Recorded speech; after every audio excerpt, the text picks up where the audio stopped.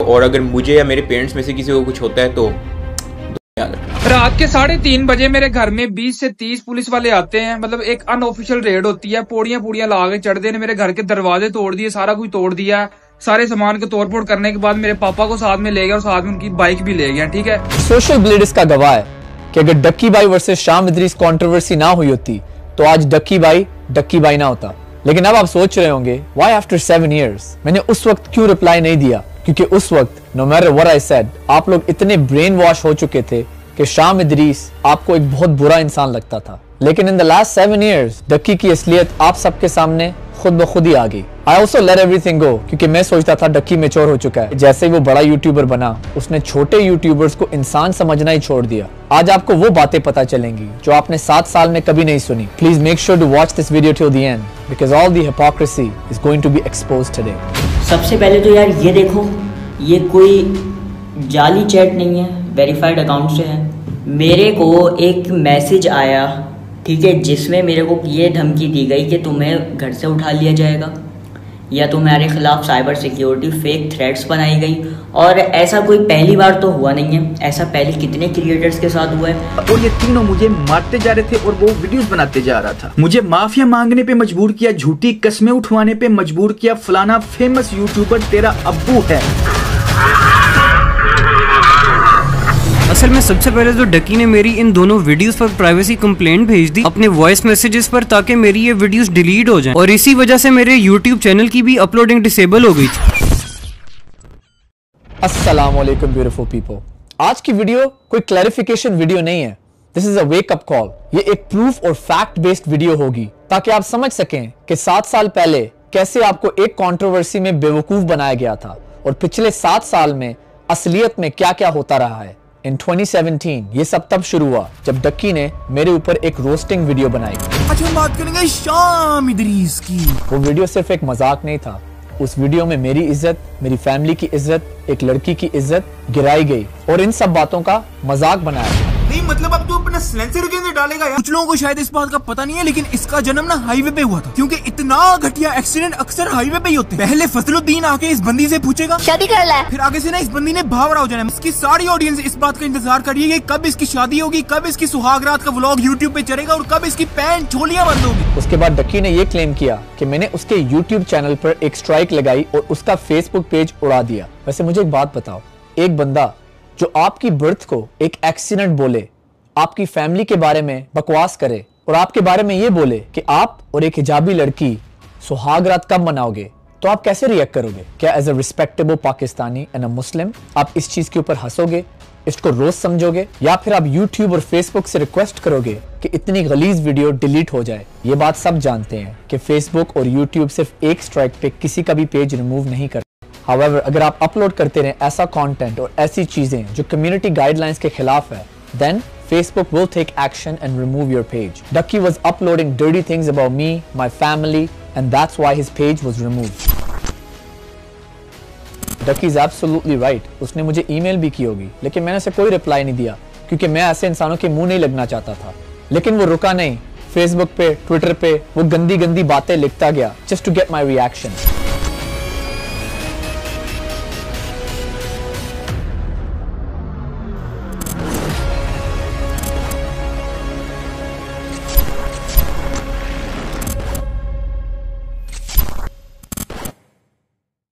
ये मेरी इस स्कैम इबलीस पे आखिरी वीडियो है। कोई भी बंदा जो अपनी तरफ से कॉन्फिडेंट होता है ना कि उसने कुछ गलत नहीं किया, वो ना तो कमेंट बैन करता है ना तो कमेंट डिलीट करता है।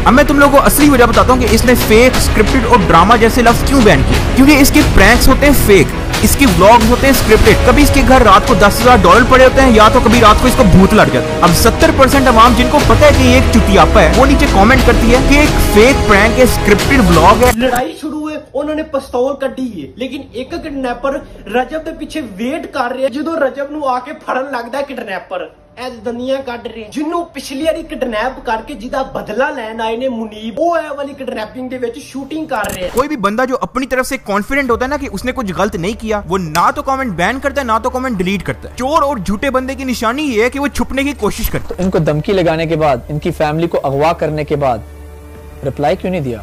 अस्सलाम वालेकुम बदला भाई, कैसे हैं आप? वालेकुम सलाम, अल्हम्दुलिल्लाह ठीक ठाक, आप सुनाएं। आपके साथ डक्की ने किया क्या? सारा मामला तो ऑलरेडी यूट्यूब पे है। मेरा आईडी कार्ड, मेरा वो सारी चीजें मुझे सेंड करके कहता है एवरीथिंग हमारे पास है, तेरी हर गई। फिर उसके बाद इसने मेरी फैमिली का डाटा निकलवाया, मेरी फैमिली का डाटा निकलवा के मुझे भेजा कि भाई अब तेरी फैमिली का भी डाटा है हमारे पास, अगर तूने अब कुछ किया तो तेरी हर गई है। एक स्ट्राइक रह गई थी, मेरा चैनल उड़ जाना था। मैंने फिर इससे बात करना ही बेहतर समझा कि बात कर लेते हैं। बात करने के बहाने कहता है मैंने मिलना है। मैंने कहा नहीं मिलना नहीं, ऐसी बात। कहता मिलने के बहाने आया और मुझे किडनैप कर लिया। मेरे दो दोस्त बिक गए, दोस्त, ठीक है, तो वो बिक गए, वो सारी चीजें, चलो खैर है, अल्लाह उनका नसीब। डक्की मुनाफिक ने अदालत में अगर ये पेश होते हैं, ठीक है, तो केस आगे चलना था, इन पांचों ने फंसना था। डक्की की कॉल जो मुझे मारते हुए इसकी कॉल आ रही थी कि इसे छोड़ना नहीं, ये जब तक वीडियो ना डिलीट करवा दो, इसे मारो कूटो, इसे छोड़ना नहीं। वो सारी बात साथ थी, मुझे जेल में रखा, मुझे किस्सा मिलने दिया। पक्का 2-3 दिन बाद मिला, मैंने उससे भी यही कहा कि भाई इन्होंने तुम्हें जो है ना ब्लैकमेल करना है, इन्हें कामयाब मत होने देना। इसने उल्टा फिर मेरी अम्मी और मेरी वाइफ के, इतना मुनाफिक है कि मेरी अम्मी और मेरी वाइफ के साइन अंगूठे करवाए कि भाई अगर ये सोचे भी ना कि मैं इसके खिलाफ वीडियो बनाऊंगा। कंट्री भी छोड़नी पड़ी, पाकिस्तान। हाँ, तो फिर उसी वक्त आज से 1.5 साल पहले मई जून जुलाई की बात है, तब भी मैंने प्लान बना लिया कि अब मैं कैसे बोलूं। मैंने मरी में, मेरे पास सबूत है सारे, मैंने मरी में लोगों से राब्ता किया कि मैं चलो मरी चला जाता हूँ या मैं किसी दूसरे सूबे में चला जाता हूँ, छुप जाता हूँ लोग। लेकिन फिर मैंने सोचा पाकिस्तान में जहां भी रहूं मिल तो मैंने जाना। ठीक है चलो, अब मुझे सिचुएशन तो समझ आ गई है। तो यार सॉरी टू हियर कि आपके साथ जो सारी नाइंसाफी हुई है। कोई आपके साथ खड़े, अपनी कंट्री को छोड़ के ऐसे चले जाना किसी और की वजह से। वही ना, मैं लड़ा हूँ, मैं थक गया हूँ लड़ के, मेरे साथ कोई बंदा नहीं खड़ा। ये मैडम फ्रॉगी, इसको मैंने हार्डली अपनी वीडियो में मुंह लगाया उन्हें, लेकिन फिर भी इसको पता नहीं इन्वॉल्व होने का इतना शौक है। इस फ्रॉगी ने अपनी औकात दिखाते हुए ट्वीट किया जिसमें ये हैशटैग डालती है स्मॉल यूट्यूब आर्मी, पाकिस्तानीज, और आगे बीमार शक्ल वाली इमोजी डालती है जिसके मुंह में थर्मामीटर। हेलो, अस्सलाम वालेकुम। वालेकुम अस्सलाम। मैंने आपको बताया था कि 7 years ago जो कुछ हुआ, मैं उस पर एक वीडियो बना रहा हूँ। So I have some questions for you, are you ready? I didn't think कि अब मैं इस बारे में बात करूंगी, लेकिन कोई बात नहीं है, I don't mind. So the first question is, Ducky claims in your tweet you didn't mean Ducky as a tiny YouTuber, but you meant all the Pakistanis are tiny and they live in their tiny huts. First of all, मैंने पाकिस्तानियों को कभी tiny नहीं बोला, क्योंकि ये उस time हमारा नाम यूज करके हमें डीफेम करके व्यूज और फेम गेन करना चाह रहा था। इसको मैंने टाइनी बोला था क्योंकि इसकी बातें ही ऐसी थी। मैंने किसी यूट्यूबर दूसरे का नाम भी नहीं लिया, मैंने तो इसको बोल दिया ना कि ये हट में रहता है, और ये इतना ऑफेंड हो गया कि इसने मेरे वर्ड्स को मैनिपुलेट किया। लेकिन जो इसने मुझे बातें की थी, किसी ने उस टाइम ये नहीं सोचा था कि ये क्या मुझे बोल रहा है। मैंने उसका जवाब तो सिर्फ ये दिया ना कि एक 20 साल का लड़का है जो टाइनी यूट्यूबर है। की बात टाइनी हट्स की, आई फील लाइक उस वक्त मेरी कोई बात सुनने को तैयार भी नहीं था। But you have to understand what a hut means. Hut is actually very beautiful. It's just a small place where you live. It just means it's a smaller place. तो जहाँ से ये वीडियोस बना के हमारे बारे में गंदी गंदी बातें बोलता था, वो एक जगह छोटी सी थी। ये खुद छोटा था। मैं अभी भी बोलूंगी, he is a tiny YouTuber and he was a tiny YouTuber. इसकी जो सोच है ना, वो बहुत छोटी सी सोच है। My second question is, जो उसने बोला respect हिजाब, आप डिस्ट्रैक्ट करती हो हिजाब पहन के। मैंने आज तक सोशल मीडिया पे ये नहीं बोला कि मैं फरिश्ता हूँ, ठीक है। मुझसे गलतियां हुई हैं क्योंकि उस वक्त it was very hard for me to wear the hijab. आप जानते होंगे कि आजकल के दौर में कितने लोगों ने हिजाब पहना है और कितने लोगों ने हिजाब उतार दिया। मैं एटलीस्ट कोशिश कर रही थी अपनी साइड से। अब देखो, मुझे 10 साल हो गए मैंने हिजाब पहना हुआ है, अल्लाह का शुक्र है। मैं चाहती हूँ मेरे बच्चे भी हिजाब करें। And now obviously You learn from your mistakes. Going forward, मुझे पता है कि मुझे क्या नहीं करना, क्या करना है।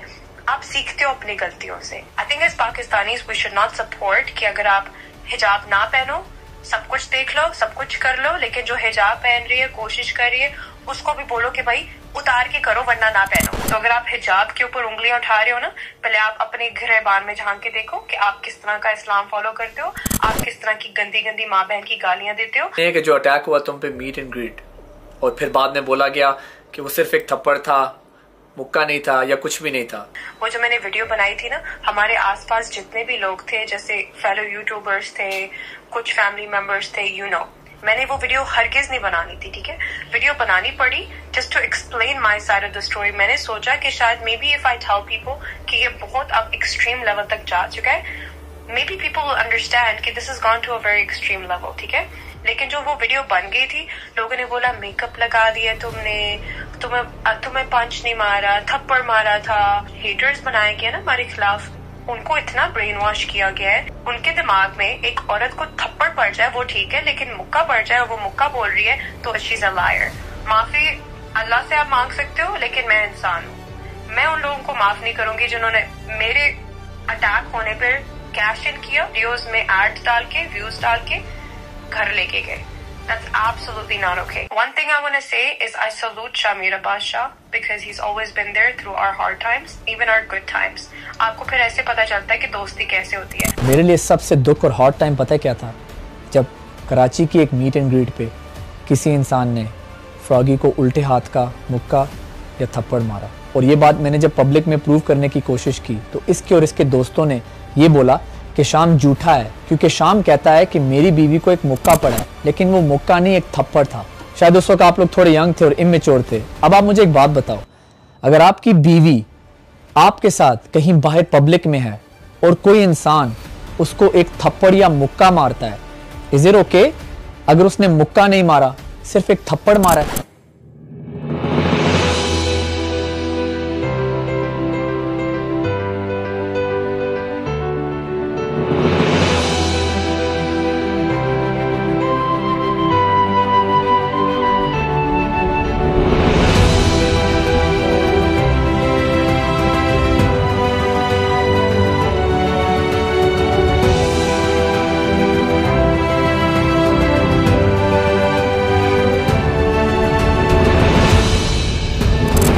रकी मैं तुमसे एक बात पूछता हूँ, अगर कहीं पब्लिक में तुम्हारी माँ या तुम्हारी बीवी को कोई रख के थप्पड़ मारे तो तुम्हारा क्या रिएक्शन होगा?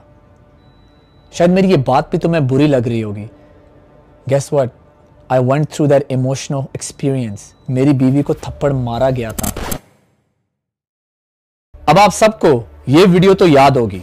शाम ने ये चीज देखी, उसको पता लगा कि वो झूठा साबित होने वाला है। इसने मुझे और मेरे पेरेंट्स को धमकियां लगानी शुरू कर दी। अब उसने इस वीडियो में बहुत सारी बातें की कि अगर मैं एक एक करके एक्सप्लेन करूं तो ये वीडियो 1 घंटे की हो जाएगी। So let me explain this as an overall video. उसने मेरे उन दोस्तों को डाला जिनसे मैं बात नहीं करता था और ये बताया कि शाम Idris threaten my family. First part, Shavir ने इसकी वीडियो में एंट्री मारी क्योंकि मेरी और शावीर की उस वक्त थोड़ी सी लड़ाई थी, जैसे अच्छे दोस्तों में लड़ाई हो जाती है। और since then you've seen him in many of my videos and everything is good between us। मैं सिर्फ एक बात बोलूंगा और समझने वाले खुद ही समझ जाएंगे। अगर आपकी किसी इंसान से लड़ाई होती है और आपका बहुत अच्छा दोस्त उसके साथ साइड करता है, नॉट ओनली दैट बल्कि अपने चैनल पे एक वीडियो भी अपलोड करता है, Sham Idrees needs to stop just because आपके दुश्मन को व्यूज आ रहे हैं, तो क्या वो आपका दोस्त होगा? इसीलिए मैं उस इंसान से बात नहीं करता। अब दूसरी चीज, शाम इदरीस थ्रेटन माई फैमिली। इसने 2 प्रूफ दिखाए, एक शामीर और मेरी एक स्क्रीनशॉट जिसके अंदर अपेरेंटली मैं शामीर को कोई कोड वर्ड बता रहा हूँ कि मैंने डक्की को कैसे चुकवाना है, और दूसरा कि मैंने उसके डैड को एक कॉल करवाई जिसमें मैंने ये बोला। रहमान से मालूम है? हाँ जी। मतलब आपको मालूम है कि आपका पिता जो है वो साइबर क्राइम्स में मुलविस है? खैर मैंने अपने फादर को शाम वाला सारा सीन बताया था तो उनको पता था कि ये कॉल उसी ने करवाई है, तो उन्होंने ये कह के कॉल काट दी कि जो भी बात करनी है फेस टू फेस करो। देखो मैं इस चीज को डिफेंड नहीं करूंगा, शायद मुझे ये कॉल नहीं करवानी चाहिए थी। अगर कोई आपके बारे में और आपकी फैमिली के बारे में वीडियोस अपलोड कर रहा हो, फिर जब आप उससे ऑफलाइन बात करें तो वो इतना रिस्पेक्टफुल और अच्छी बात करे, लेकिन वो ये ना चाहता हो कि आपकी और उसकी जो अच्छी बात हुई है कहीं वो उसकी ऑडियंस को पता ना चल जाए, क्योंकि उसने तो सारे सब्सक्राइबर्स ही हेट शाम इदरीस से उठाए थे। अगर सारे सब्सक्राइबर्स को पता चल जाता तो उसकी सारी वैल्यू तो खत्म हो जाती। पाकिस्तान आए हैं, साथ से कम बात तो करनी चाहिए यार। हाँ, sure. Thanks so much. हम दोनों का ईगो था, जो कुछ भी था, मिसअंडरस्टैंडिंग थी, जो कुछ भी था वो it's in the past, you know, move on and everybody should be friends. या एग्जैक्टली, बिल्कुल ठीक है। चलो बस मैंने कहा तुमसे सलाम दुआ कर लूं, ये फिर शामिर से बात कर लूं। हाँ चलो, it was nice talking to you, man. या यूट्यूब। मैं चाहता हूँ आप इस चीज पे कॉन्सेंट्रेट करें। मतलब आपको मालूम है कि आपका पिता जो है वो साइबर क्राइम्स में मुलविस है? ये थ्रेट नहीं थी, ये एक फैक्ट था, क्योंकि मैंने इस पे साइबर क्राइम का केस भी किया था। और इस पूरी कॉन्वर्सेशन में क्या कहीं पे हमने बोला कि हम आपको चुकवा लेंगे या हमने इसके घर में एंट्रेंस मारी? बिल्कुल नहीं। कॉल का कॉन्टेक्स्ट समझे, आपका बेटा साइबर क्राइम में इन्वॉल्व्ड है। डकी, ऐसी ट्वीट्स लगाना, ऐसी गालियां देना, इस किस्म की बातें करना पाकिस्तान में साइबर क्राइम है। अस्सलाम वालेकुम शामिर, कैसे हो? सलाम ब्रो, आई एम गुड, आप सुनाए? बड़ी शेव वेव कर ली है तुमने, है? बस new look, you know, chisel jaw line I have right now. Shamir, तुम क्यों चाहते थे कि मैं और डकी दोस्त हो जाएं? क्योंकि जब वो कॉल हुई थी तो तुम्हारे फोन से हुई थी। Why did you want us to be friends? Because when I met you, you were a nice guy, ठीक है? We had good relationship, ठीक है? सारा कुछ मुझे पॉजिटिव लगा आपकी साइड से। मुझे आपका कंटेंट जो था वो मुझे पॉजिटिव लगा कि यार लाइक फैमिली व्लॉग्स है, लेकिन फैमिली वाले व्लॉग्स हैं। ये नहीं कि फैमिली व्लॉग करके बेहयाई गंदगी फैलाने वाला साहब है। लोगों की वाइफ को कहता है कि तुम हिजाब पहन के डांस करते, तुम्हारी वाइफ हिजाब के बगैर नाच रही होती है हर जगह, ठीक है? सो वियर्ड थिंग है। डकी ने अपनी वीडियो में बोला कि I wanted to kidnap him. What did that mean? उसने तुम्हारा कोई वॉइस नोट प्ले किया था, तो आपने कहा मैं भी बड़ी चीजों, मैं भी इसको चुकवा दूंगा, फलाना फलाना। तो आपने गुस्से में बोला था। So I told him that thing, और बाद में आपने कुछ नहीं किया, राइट? कोई किडनैप नहीं किया, कोई इसको फिजिकल नुकसान नहीं पहुंचाया, नथिंग हैपेंड। लेकिन अगर आप उसकी हालत देखें इस वक्त, आपको पता है इस वक्त पूरे इंटरनेट में मशहूर हुआ हुआ है, ठीक है? इससे पहले इसने बदला ब्रदर के साथ किया, उससे पहले this guy was requesting me to kill someone. Can you believe? Ducky ने मुझे, मेरे पास आज प्रूफ है, ठीक है? अगर ये बाप के है ना, मैं इसको चैलेंज करता हूँ, ये ले आए कुरान। बाद में मुझे कहता है काम कर, अपने आर्मी के मैस में बुला उसको, मैश में, और उसको मरवा दे किसी तरीके से। लेकिन डक्की ने इस पूरी चीज का फायदा उठाया और लोगों को ये बताया कि शाम एक गुंडा है, वो मुझे उठवा लेगा। अगर मेरी और मेरी फैमिली को कुछ हो जाता है तो दुआओं में याद रखना, और अगर मुझे या मेरे पेरेंट्स में से किसी को कुछ होता है तो दुआओं में याद रखना। लेकिन अब कुछ साल बाद असलियत तो आपके सामने आ ही गई है। गुंडागर्दी, डराना धमकाना और अपना पैसा जो हर जगह शो ऑफ करता है, उसको यूज करके लोगों को चुकवा लेता है। के बाद ये लोग जो है वो मेरे वाले साहब को वहाँ से घर से उठाते हैं। साथ में उनकी जो बाइक नहीं, मैंने उनको गिफ्ट की थी 3 लाख रुपए की 1 to 5, वो भी चौक के ला गए। और पिछले 15-20 दिनों से तो वैसे ही मैं अपने घर गया ही नहीं। उसके अलावा मेरा कारोबार सारा का सारा बंद है। मेरी सारी की सारी टीम वापस चली गई अपने अपने घरों में। मुझे डेली लाखों का नुकसान हो रहा है। ऊपर से मुझे इस पर भी धमकाया जा रहा है कि तेरा काम तबाह कर देंगे, तुम्हें काम नहीं करने देंगे, तुम्हें ये कर देंगे, वो कर देंगे। डक्की की सबसे बड़ी हिपोक्रेसी ये है कि उसने हमेशा मुझे फेक और क्रिंज कंटेंट क्रिएटर बोला। यहाँ तक कि उसने मेरी डेली व्लॉगिंग का मजाक भी उड़ाया और बोला डेली व्लॉगर्स तो वॉशरूम में कुछ ऐसा करते हैं। Hey guys, I just took a tutty right now, like 5 minutes ago, and you're not going to believe, it just got invisible. Look at this, guys. Someone is pranking me. Oh my god. शायद आप लोग अभी तक नहीं समझे, पाकिस्तान में उस वक्त सिर्फ डेली व्लॉगर एक था और वो मैं। डक्की ने मेरा पत्ता काटा और कुछ अरसे बाद खुद डेली व्लॉगिंग शुरू कर दी। हाँ जी, तो भाई व्लॉग बना रहा है आपका भाई। यार मैं तुम लोगों को बता रहा हूँ, मेन चैनल पे जो है ना इनएक्टिव रहना मुझे पसंद नहीं है। तो मैंने सोचा कि जब रोस्टिंग किसी की बुन लेने का नहीं अगर मौका मिल रहा तो फिर व्लॉग ही बना ले। और फिर जो कंटेंट खुद उसने डेली व्लॉगिंग में बनाया वो तो आप सब बहुत अच्छे तरीके से जानते हैं। अगर आपको याद हो, डक्की ने एक मीम बनाई थी, कुछ भी दिखाया जा सकता है, और डक्की ने इस चीज को खुद ही प्रूव कर दिया। अपनी व्लॉग्स में वो बहुत भोला और मासूम सा इंसान दिखता है, लेकिन रियलिटी में उसका ये चेहरा है। और पीछे से मुझे घर से कॉल आती है कि घर में पुलिस आ गई है। 30 से 40 लोग मेरे घर पे आते हैं। और देखिए, ये अगर बात मेरे तक रहती ना तो शायद मैं थोड़ा सा किसी तरीके से राजीनामे की तरफ आ जाता या चीजों को हम कंट्रोल कर लेते। लेकिन मैंने मेरे प्यो दी कसम है, जब मैं पीछे हट जाऊँ तो मैं जहाँ तक जा सकता हूँ ना लीगली तौर पे मैं जाऊंगा। I have everything on you, your child, your wife, your sister। और तकलीफ से याद आया जब मैंने सहर हयात पे एक्सपोज बनाया था के जरिए नेक्स्ट एक्सपोज बनाने से रोक रहा था। ये तो आहिस्ता आहिस्ता हमारी सारी पोलें खोल देगा। देखो डक्की, मुझे चुप करवाना है ना, मुझे चुप करवाना चाहते हो ना, तो मर्दों की तरह दलील के जरिए चुप करवाओ, दलालों के जरिए ना करवाओ। Teaching a skill online is not wrong, लेकिन फ्रॉड नहीं करना चाहिए। डकी से 1 महीना पहले मैंने भी एक प्रोग्राम लॉन्च किया है जिसका नाम है millionairinfluencer.com, जहां पर मैं लोगों को सिखाता हूं how to become a YouTuber, how to get over hate, things जो मैंने लर्न किए हैं इन द लास्ट 12 ईयर्स। लेकिन डक्की, अगर तुम एक प्रोग्राम लॉन्च करो और फिर अपने पार्टनर्स के साथ डिस्कस करो, वो पार्टनर्स जो चाहते हैं कि लोगों को फुद्दू बना के उनसे पैसे निकलवाएं, दैट्स द रॉन्ग मेंटालिटी। शायद तुम्हारा प्रोग्राम भी अच्छा हो, शायद तुम लोगों को एक अच्छी चीज सिखा रहे हो, लेकिन इश्यू इज तुम और तुम्हारे पार्टनर्स की नीयत ही खराब है। आई होप कि अब आपको ये समझ तो आ गई होगी कि 7 साल पहले जिस इंसान को आप मासूम समझते थे वो असल में कितना बड़ा क्रूक है। उसने सारे पाकिस्तानी भाइयों और बहनों को कितना बेवकूफ बनाया, मुझे फेक और क्रिंज कहा, मुझे गालियां दी, बोला शाम इदरीस दल्ला है, स्कैम इबलीस। मेरे डैड का नाम है Idris, which is also a profit name. आप 1 मिनट के लिए सोचो कि मेरे डैड को कैसी फीलिंग आई होगी जब उनके नाम को इबलीस कहा गया। ये वो चीज़ें हैं जो शायद आप लोग कभी समझ भी नहीं सकते। मेरी पूरी फैमिली को इतनी हेट मिली, मेरी वाइफ को अटैक किया गया।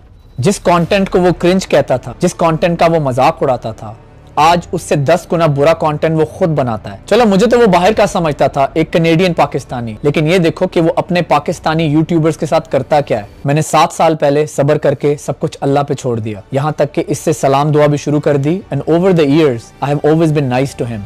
डकी, तुमने क्लेम किया कि मैं पाकिस्तान आया अपनी रेपुटेशन बचाने, पैसे कमाने। तुम ये सोच सकते हो कि शायद YouTube पे मुझे उतने व्यूज नहीं आते जितने कभी आते थे, लेकिन अल्लाह ने मुझे लास्ट 7 इयर्स में जिंदगी में बहुत सक्सेस दी, बहुत रिस्क दिया in my other businesses and on social media in general. लेकिन अल्हम्दुलिल्लाह आज भी मैं बहुत खुश हूँ क्योंकि मैंने कभी किसी का हक नहीं मारा। #डकी अपोलोजाइज को वायरल करो। मुझे डकी से कोई अपॉलोजी नहीं चाहिए, लेकिन ये सारे पाकिस्तानी यूट्यूबर्स जिनके साथ ये इतनी बुराइयां कर रहा है, इन सबको अपॉलोजी करना बनता है। एंड टू यू डकी, अभी भी वक्त है, आंखें खोलो, अपोलोजाइज करो।